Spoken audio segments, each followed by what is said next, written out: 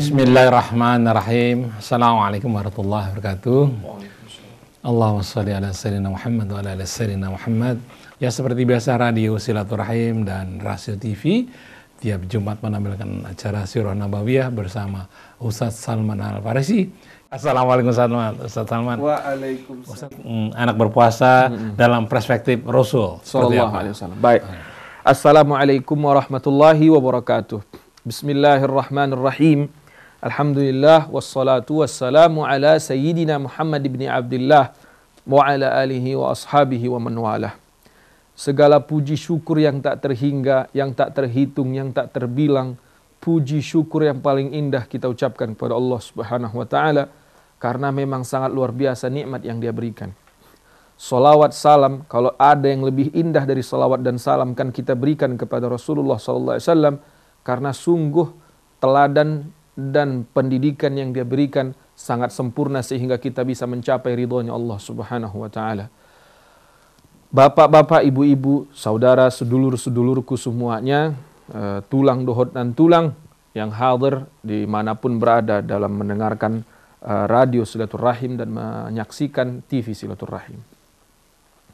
Seperti biasa saya minta kita semua baca Al-Fatihah. Semoga kita besok puasa Ramadan dikuatkan oleh Allah Subhanahu wa taala, ya, dibantu oleh Allah Subhanahu wa taala.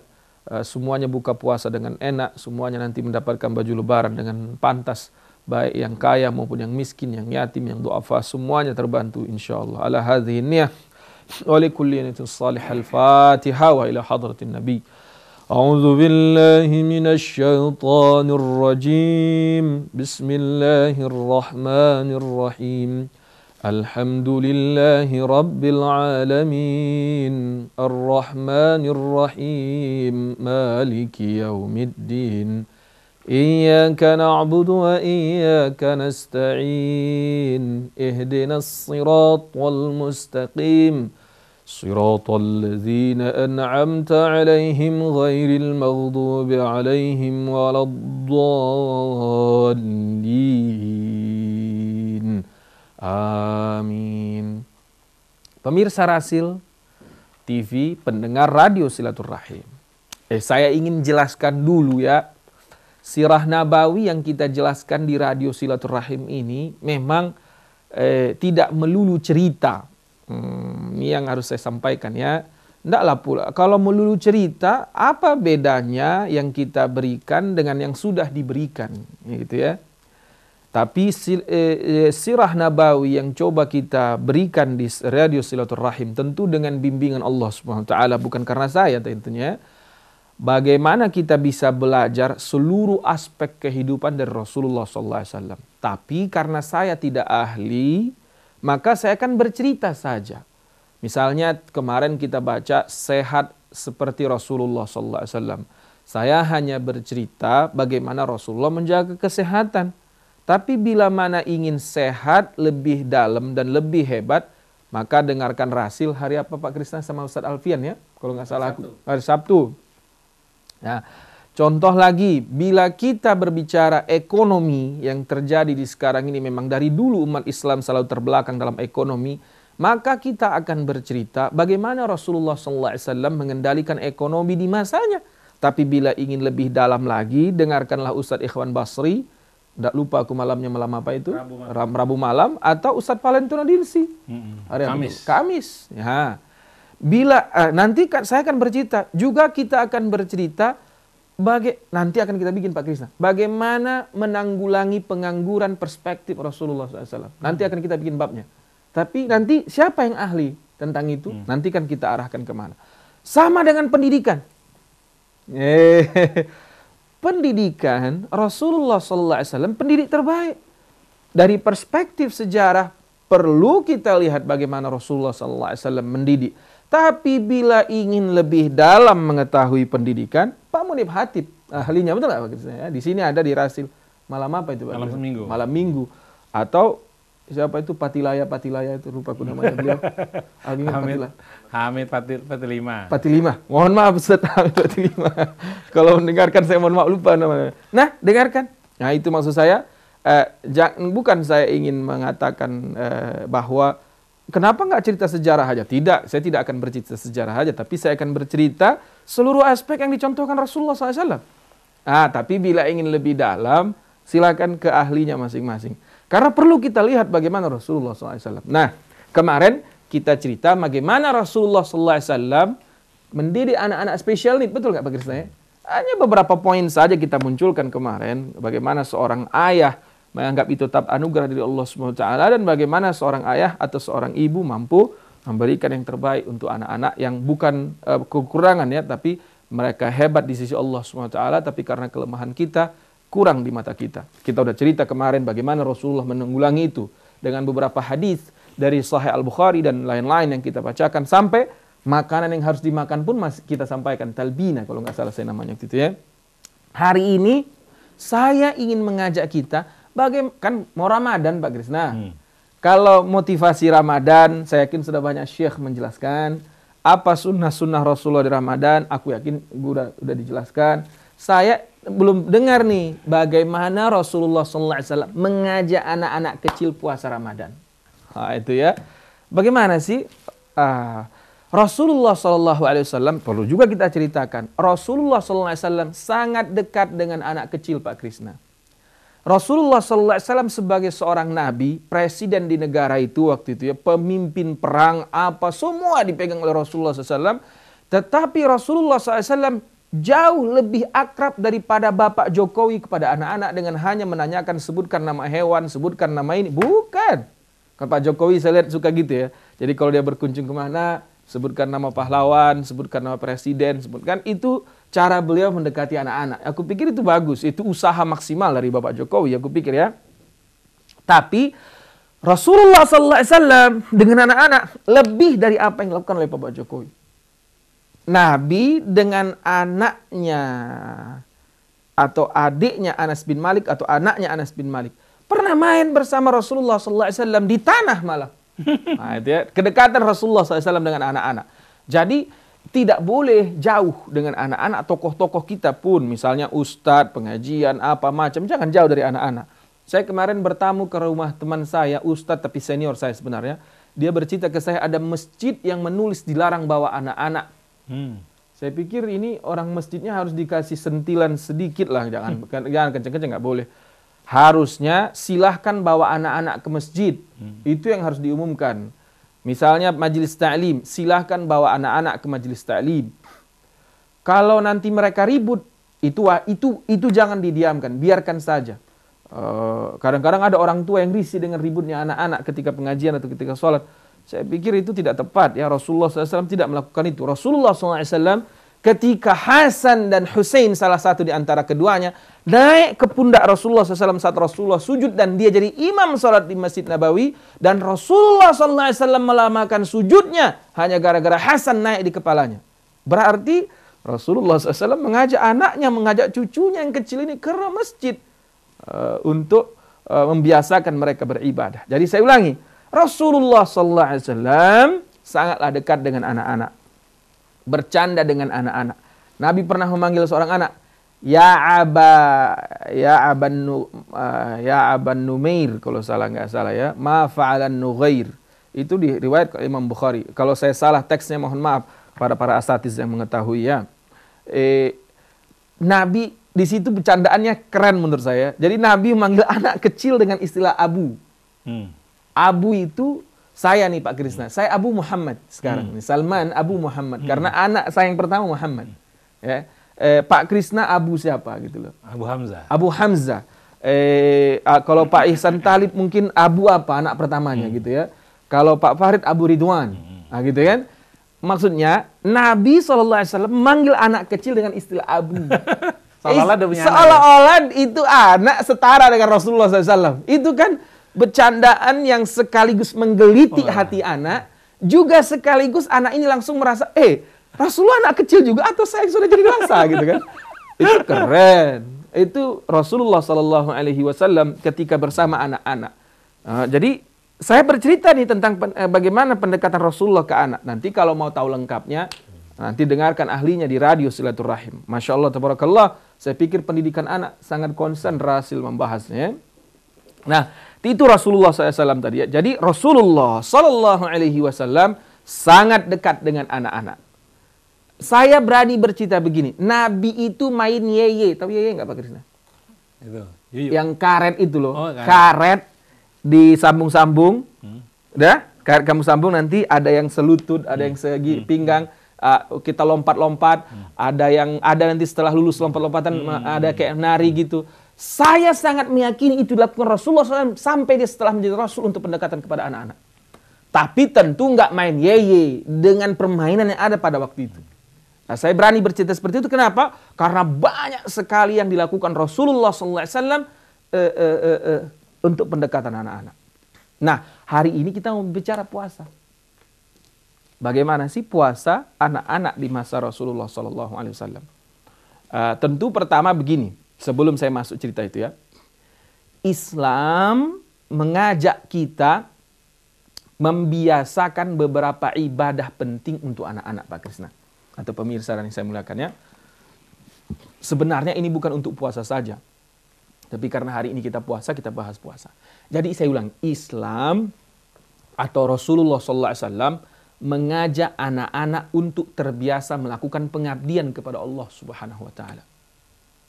Maka cucunya Hasan dan Hussein dibawa sembahyang, dibawa baca Al-Quran, dibawa di dekat Rasulullah SAW ketika sahabat-sahabat diceramahi oleh Rasulullah SAW. Ini Rasulullah SAW. Dan bahkan suatu hari ketika belum diwajibkan puasa Ramadan, yang ada baru puasa Ashura waktu itu, 10 hari Muharram, Nabi datang ke salah satu desa. Siapa di antara kalian yang sudah lanjur puasa, maka silahkan menahan sampai sore. Siapa yang belum, silahkan berbuka. Kalau anak-anak, termasuk anak-anak. Jadi Rasulullah SAW, anak-anak pun diajak oleh Rasulullah SAW puasa. Bahkan Rasulullah SAW mengatakan untuk sholat, tapi ya, sejak umur 7 tahun, suruhlah anakmu sholat. Tujuannya apa? Ta'wid. Untuk membiasakan. Ya, supaya anak-anak kita ini terbiasa. Sehingga nanti setelah dia dewasa, sholat itu sudah menjadi tradisi hidupnya. Sholat itu sudah kayak makan dalam hidupnya. Kalau dia tidak makan, karena kita biasakan makan 3 kali sehari semalam kan. Kalau dia tidak makan siang, dia merasa kehilangan. Sama. Ketika sudah dibiasakan dia sholat dari kecil, maka saat dia besar, dia akan merasa kehilangan saat sholat dia tinggalkan. Begitu juga dengan puasa. Bahkan di hadis lain Rasulullah SAW bersabda, tentu sebagian orang mempertentangkan hadis ini, disuruh Nabi dipukul kalau tidak sholat. Ada orang yang mempertentangkan hadis. Kalau saya coba mencari hikmah yang sangat luar biasa. Di situ kita melihat bagaimana Rasulullah SAW sebenarnya itu bahasa kiasan saja. Saya sering menggunakan itu di pesantren di Sawangan Ruhama Al-Fajar. Ini anak-anak nih, kalau ketahuan kalian merokok, kurendam kau pakai rinso di kolam. Tidaklah mungkin kurendam dia pakai rinso. Itu hanya bahasa metafor untuk memberi warning kepada anak. Serius Ustaz Salman ini katanya gitu kan? Kalau besok ini tidak bersih, Ustaz lihat nih, siapapun nanti yang ada di sini tidak bersih, ngaji kita di sini, maka semua kalian push up 10 kali. Tidak ada alasan apa-apa. Itu sekedar bahasa saja itu ya. Rasulullah SAW juga bilang, kalau anak kau tak sholat juga udah umur 10 tahun, pukul. Itu cara bahasa ya. Itu bukan maksudnya lantas kita pukul bisa-bisa anak kita. Tidak lah. Kita tidak boleh main pukul memang saat mendidik memang ya. Nah, kita lanjutkan. Itu tadi kita lihat ya bahwa Rasulullah SAW, kita pertama tadi dekat sekali dengan anak. Kedekatan Rasulullah SAW dengan anak perlu kita pelajari secara spesifik, secara khusus. Daripada kita mencontoh pendidikan anak dari Eropa dan Barat, mending kita baca sejarah Rasulullah SAW, kita rinci.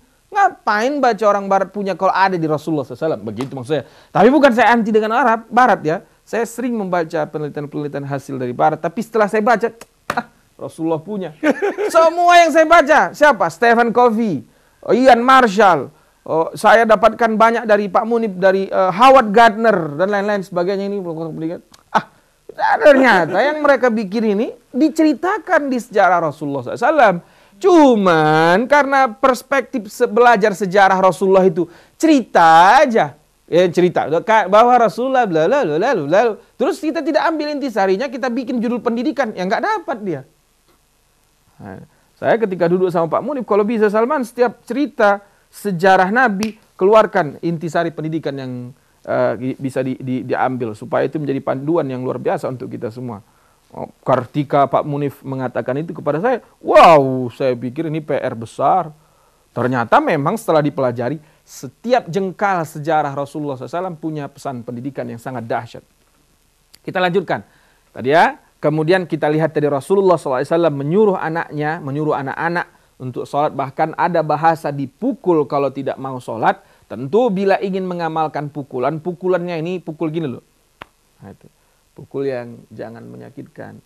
Pukulan yang ya pelan saja lah. Nggak ada gunanya kita dipaksa-paksa ya. Nah gitu ya. Nah, kemudian kita lanjutkan. Tadi Nabi SAW menyuruh sahabat-sahabat berpuasa. Bahkan anak kecil pun disuruh oleh Rasulullah SAW berpuasa. Nah, ibu-ibu di masa Rasulullah SAW bercerita kepada kita. Ketika Nabi SAW memotivasi para ibu-ibu untuk mengajak anak-anaknya berpuasa, ibu-ibu ini kreatif. Tahu nggak apa yang dilakukan oleh mereka? Ini boleh dibaca di Sahih Al-Bukhari, ada saya yakin ini ya. Shaumus Sibyan, bawa balahul Bukhari. Apa namanya? Jadi mereka ketika anak-anak sudah diajak puasa, sahur bersama mereka. Sudah nanti sampai siang hari. Ini yang pertama. Sampai nanti siang hari, lapar anak-anaknya. Mereka akan ajak anak-anak ini main-main. Diceritakan di Sahih itu kapas yang warna-warni. Ya. Tentu nggak harus kapas yang warna-warni. Dengan model zaman sekarang, banyak sekali permainan yang bisa kita ajak anak-anak kita supaya dia lupa dengan rasa laparnya. Itu. Diceritakan oleh emak-emak di masa Rasulullah SAW. Jadi, mereka diajak anak-anaknya puasa. Saat anak-anak ini nangis karena lapar, maka anak-anak ini diajak main. Tapi permainannya di situ diceritakan kapas yang warna-warni. Maksudnya permainan yang tidak menguras energi. Dengan puzzle gitu. Puzzle, ya boleh puzzle, boleh yang lain-lain lah kita. Saya ulangi, seorang ibu harus kreatif seperti sahabat-sahabat perempuan di masa Rasulullah SAW. Harus dipikirkan apa yang harus kita lakukan ini. Jadi sehingga apa? Lupa anak-anak itu. Tapi luar biasa anak-anak ini di masa Rasulullah SAW. Saat-saat mereka diajak oleh maknya bermain, nanti dia bilang, Ma, aku pengen kolak nanti ya Ma ya. Maknya pun langsung menyiapkan kolak. Saat azan, Allahu Akbar, Allahu Akbar. Kolak sudah tersedia. Ini loh nak, kolak yang kau mimpi-mimpikan tadi. Sehingga anak itu apa? Mama terima kasih dipeluknya maknya. Besok sahur nak. Puasa lagi yuk nak, nanti mama masakin kolak. Ayo ma. Wah itu dia kayak sahabat tuh. Itu kayak. Tapi tentu gini ya, nanti ada yang mendengarkan kita mungkin ekonominya di bawah ini. Kayak aku waktu kecil, nggak mungkin aku minta sama makku kolak waktu aku kecil Pak Krisna. Itu hal yang mustahil waktu saya masih kecil itu. Di mana mak saya beli kolak pisang, beli nasi sama sambal aja pusing palanya. Tentu nggak usah kita pusing, kita yang tidak punya ekonomi pun bisa kita menghibur anak-anak kita. Apalagi di zaman sekarang ini, luar biasa kebaikan hati orang sudah luar biasa untuk kaum-kaum duafa. Saya ulangi lagi, ketika Rasulullah SAW mengajak anak-anak berpuasa, mak-mak pada masa Rasulullah SAW muncul kreativitas. Diajak anak-anaknya berpuasa, tapi saat anak-anak ini ngeluh dengan lapar, anak-anak itu diajak bermain seasyik-asyiknya oleh maknya. Ini kadang yang susah nih Pak Krisna. Maknya ngapain? Lo main Facebook maknya yang nggak bisa. Maknya ngapain? Main WhatsApp. Maknya ngapain? Main Twitter. Maknya ngapain? Main pet, Instagram, selfie. Mak aja lu masih selfie kau. Kan kayak gitu ya. Jadi anaknya apa? Anaknya menonton TV sendirian nggak tahu. Rupanya udah makan anaknya. Nah, kalau kayak gitu nggak bisa. Nah itu Rasulullah SAW ketika mengajarkan puasa pada anak-anak, emak-emak di masa Rasulullah SAW melakukan beberapa hal. Itu yang pertama. Yang kedua, emak-emak di masa Rasulullah SAW, saya lupa hadis ini saya baca di mana, tapi bila saya salah, saya mohon maaf. Tapi ini seingat saya baca di hadis Rasulullah SAW. Apa? Jadi emak-emak pada waktu itu ketika anaknya memang betul-betul mengeluh lapar, maka apa yang mereka lakukan?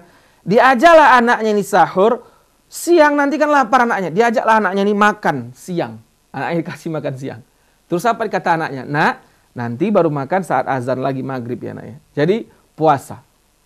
Tapi dikasih makan siang sekali.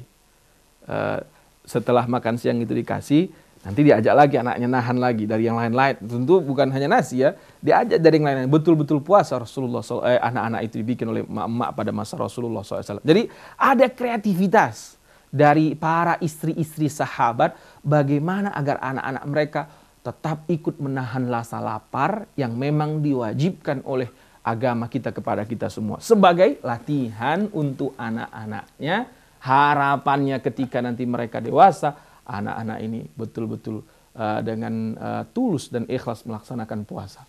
Masya Allah, andai coba kita contoh, ini luar biasa ya. Andai coba kita contoh, ini luar biasa. Tapi, ini kita ingatkan.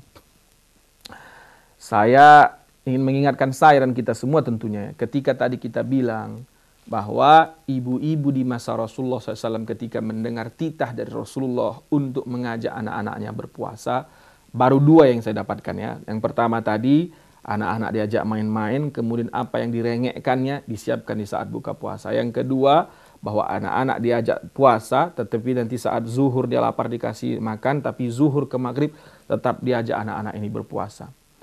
Yang ingin saya ceritakan adalah jangan sampai kreativitas ibu ini main misalnya apa tadi justru merusak anak-anak. Contohnya kita kurang setujulah tetap ya bila anak-anak terlalu dekat dengan handphone ya sekarang. Apalagi anak saya juga udah sulitlah kita ngontrolnya ya. Tetapi alangkah baiknya kita kontrol ngapain dia di handphone ya. Nanti jangan biar betah dia puasa lantas main game terus anaknya dari pagi sampai sore. Tentu itu tidak baik. Coba kita cari sesuatu yang berbeda supaya anak kita betul-betul bisa tetap puasa. Kita ajak bermain yang lain tapi permainan yang bermanfaat untuk anak-anak kita. Atau kita kembali lagi Pak Krisna ke zaman dulu. Zaman dulu kan main congkak ya, congkak kan, atau main apa sih, banyak permainan masa-masa kecil ya, dampu ya, banyaklah permainan masa-masa kecil kita yang itu melatih kecerdasan kita yang sangat luar biasa bila dikembalikan di masa kita sekarang ini, dan itu bisa menghilangkan rasa lapar anak-anak, gitu ya. Ya, itu yang pertama yang kita ingatkan. Yang kedua yang ingin saya ingatkan, lihatlah Rasulullah SAW ketika bulan puasa datang, Nabi SAW bukan hanya mengajak orang dewasa berpuasa, tetapi anak-anak juga diajak oleh Rasulullah SAW berpuasa. Suatu hari Rasulullah atau Umar bin Khattab pernah melihat orang dewasa bukan hanya tidak puasa, tetapi apa? Mabuk-mabukan. Kali itu Umar bin Khattab menampar si pemabuk ini sambil mengatakan apa? Hai kawan, bro, ente ini gimana sih? Anak-anak saja diperintahkan oleh Rasulullah SAW untuk berpuasa. Apalagilah kita yang sudah dewasa. Ini apa ini? Betapa para sahabat Rasulullah SAW benar-benar menginginkan agar umat melakukan puasa. Nanti di bulan Ramadan, saya ini termasuk yang sering bersedih melihat Ramadan. Kenapa begitu? Banyak orang Islam tidak puasa saat Ramadan. Ya. Bila ada yang mendengarkan kita, saudara-saudara kita yang kerjanya supir, bukan berarti karena kita kerja supir lantas kita boleh buka puasa. Bila ada yang mendengarkan kita tukang, bukan berarti karena kerjaan kita tukang kita boleh tidak puasa. Bukan puasanya yang kita korbankan, tapi pekerjaan kita mungkin perlu diatur sedemikian rupa sehingga kita tidak terlalu lemas saat menjalankannya. Itu yang harusnya kita lakukan. Kenapa? Karena lihatlah Rasulullah SAW. Anak-anak saja diajak oleh Nabi berpuasa. sahabat-sahabat Rasulullah SAW berpikir bagaimana caranya agar anak-anak ini bisa puasa. Loh, kita yang dewasa, kenapa tidak puasa? Itu yang pertama ya. Jangan sampai kita meninggalkannya hanya gara-gara masalah kerja, hanya gara-gara kepanasan dan lain-lain sebagainya. Saya tidak tahu apakah ada pendengar kita yang kerja di supir angkot misalnya. Sering kali kita lihat teman-teman kita supir angkot, saya yakin mereka Islam, merokok dengan seenaknya saja. Dan tidak ada yang melarang. Kalau nanti kita larang, nanti kita dibilangnya Islam ekstremis, dibilang pula entah apalah nama kita. Nah, gitu ya. Kita merasa apa ya aku bilangnya. Nggak enak kita kalau puasa itu diabaikan. Nah itu ya, jangan sampai bagi pendengar Rasil atau orang sekitar kita. Nanti contoh, saya dan kita semua tentu pernah misalnya bangun rumah, atau bangun masjid, bangun sekolah, atau kita pernah mempekerjakan orang di bangunan kita saat puasa Ramadan. Ingatkan mereka baik-baik, Pak, puasa ya Pak ya. Ya, harus kita ingatkan itu. Jangan sampai ada yang tidak puasa. Nah, itu janganlah ya. Jadi bulan puasa yang memang diperintahkan oleh Allah untuk menahan rasa lapar, ayolah kita ikuti semuanya agar kita benar-benar ikut menahan rasa lapar. Kenapa? Karena anak-anak saja diajak oleh Rasulullah SAW. Nah itu ya.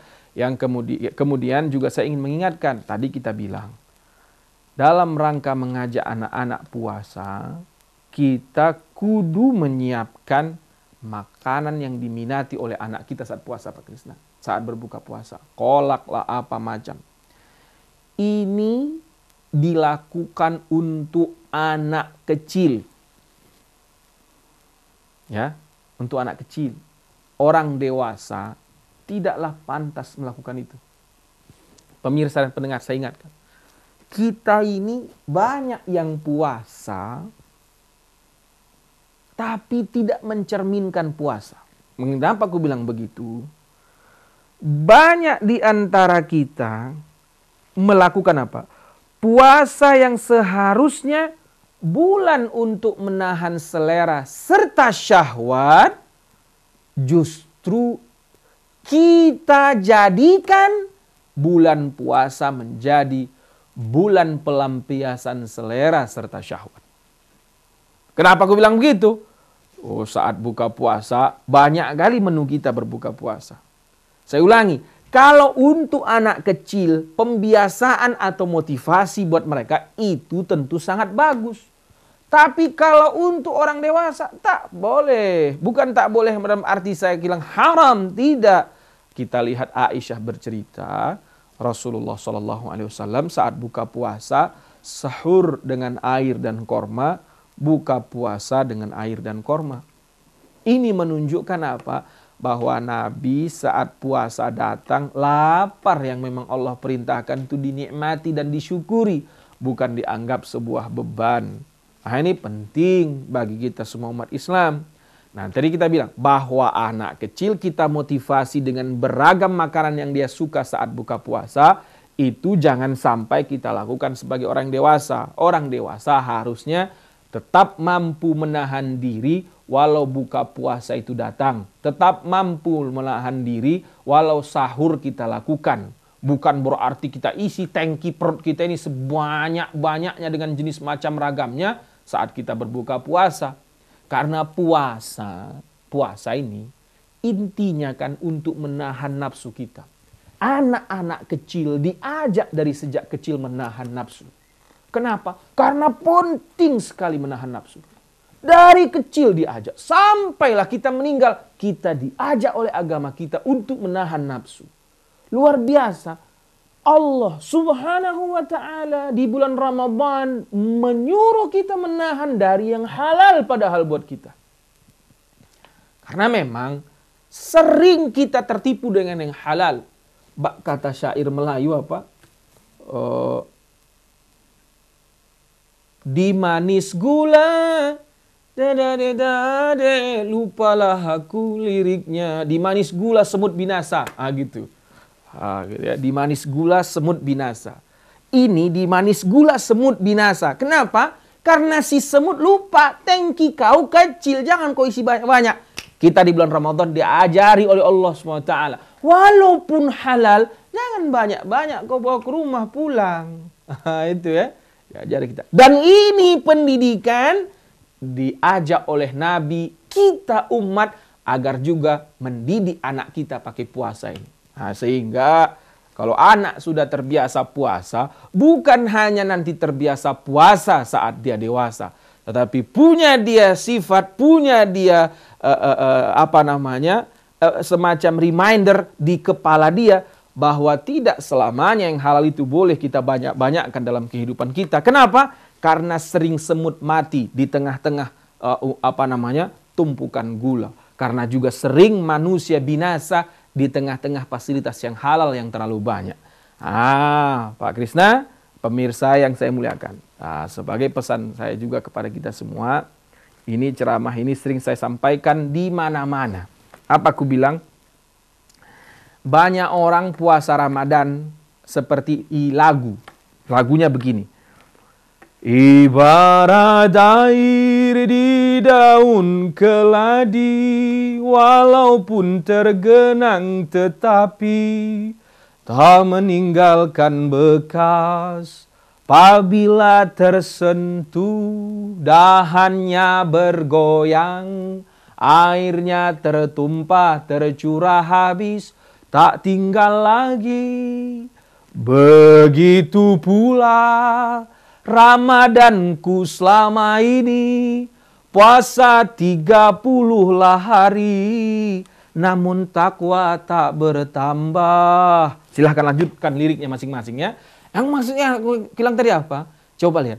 Bahwa sering memang puasa kita air di daun keladi. 30 hari kita ikut puasa tapi takwa tidak bertambah. Maka kenapa Rasulullah SAW membiasakan puasa bagi anak kecil? Dan kenapa Rasulullah SAW mengajari kita bagaimana anak-anak supaya betah puasa? Harapannya apa?